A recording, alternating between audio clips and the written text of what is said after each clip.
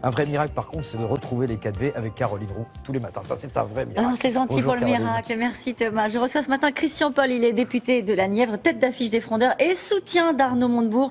Le candidat à la primaire vient de présenter ses 70 propositions, histoire d'occuper le terrain à un mois tout juste de la primaire.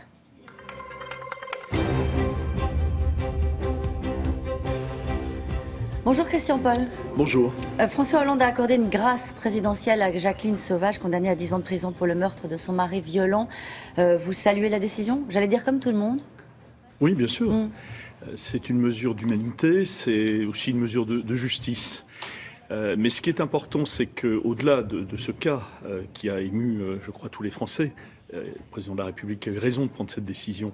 Ce qui est important, c'est que cette cause, la cause de la lutte contre les violences faites aux femmes, deviennent vraiment une cause nationale, comme il y en a eu d'autres dans l'histoire de notre pays, parce qu'aujourd'hui, ça reste encore un sujet qu'on évoque devant des situations dramatiques, mais ça n'est pas un sujet dont on se préoccupe dans le quotidien. Est-ce qu'il y a aujourd'hui suffisamment de refuges pour les femmes battues? Est-ce qu'il y a une capacité d'accueillir dans les commissariats, dans les brigades de gendarmerie, quand une femme vient déposer une plainte, ce qui est au fond assez rare au regard du nombre incalculable de situations de cet ordre, qui concerne les femmes, et on l'a vu dans le cas de Jacqueline Sauvage, également leurs enfants.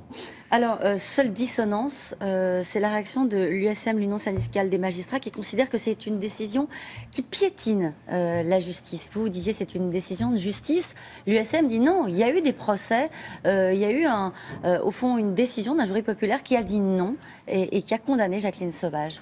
C'est vrai que la grâce pose un problème démocratique. C'est une survivance monarchique, il faut le dire, et la séparation des pouvoirs n'est pas totalement respectée. Mais on l'a vu dans ce cas, ça peut être aussi une soupape quand un système judiciaire dysfonctionne.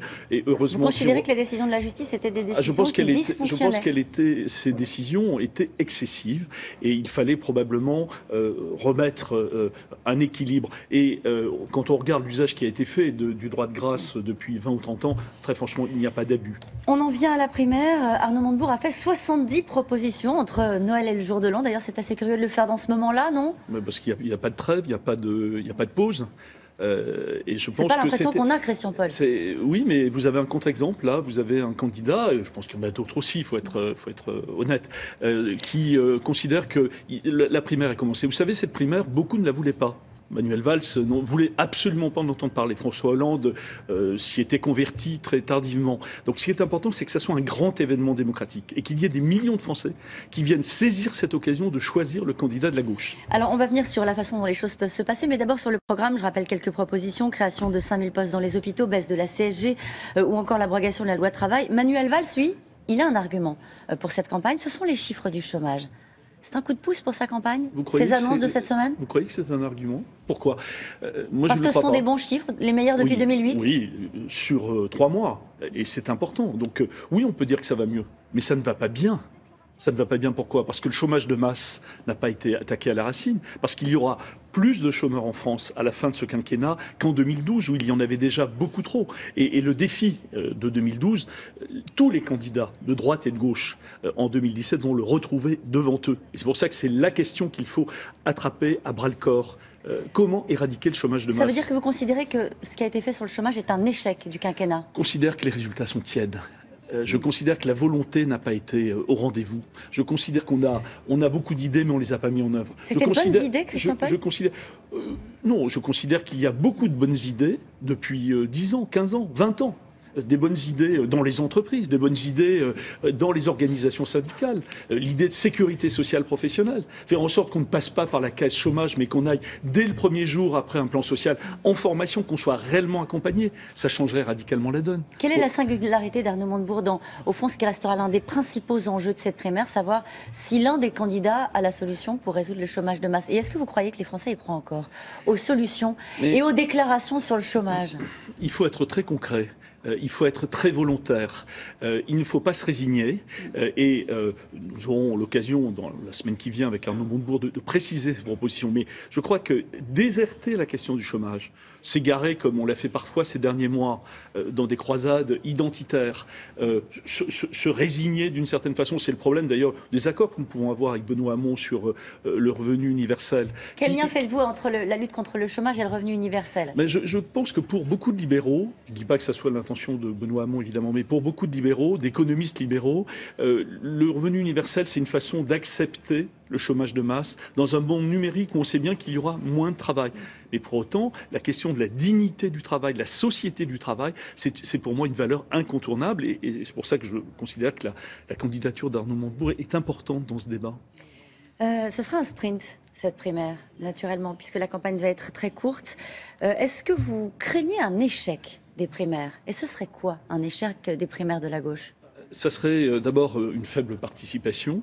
Mais je pense que nous sommes peut-être préservés contre cette faible participation. Qu'est-ce qui vous rend si confiant? Je pense que celles et ceux qui ont manifesté contre la loi travail viendront voter dans cette primaire pour choisir un candidat qui tourne la page de ce quinquennat et qui propose une alternative crédible. Voilà, parce que, vous savez, l'élection présidentielle, il faut être crédible, il faut donner envie. Voilà, je pense que c'est là-dessus que ça va se jouer.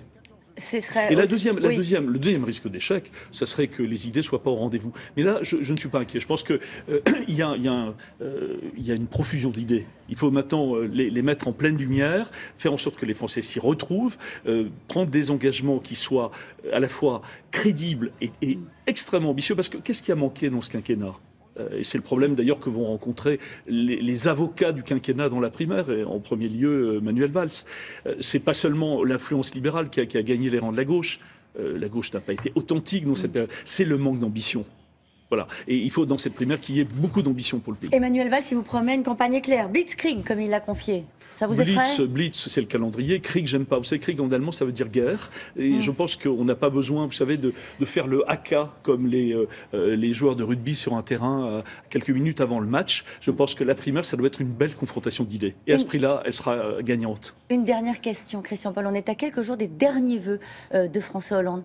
Je ne sais pas, qu'est-ce qu'il pourrait dire aux Français, François Hollande ?